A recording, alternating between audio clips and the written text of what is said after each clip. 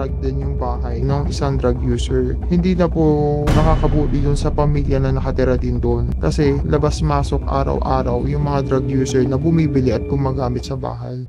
Ayan, makikita niya sa video na yan na gumagamit talaga siya. Tapos nagtitimbang din siya kasi nagre-repack siya nan para maghatid ng mga gustong bumili sa kanya.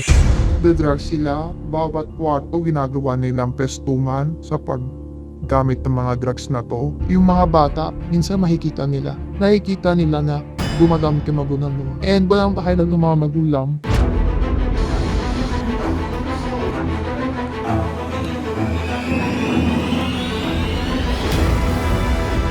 Kasi diba nag-miss ko lang. Walang pusol yung motor ko, sir. Sir, may pinagdadaanan din ako kasi Kailangan ko din gumamit. hirap na hirap na. Kailangan ko din gumamit. Para marinig niyo po yung side ko, sir.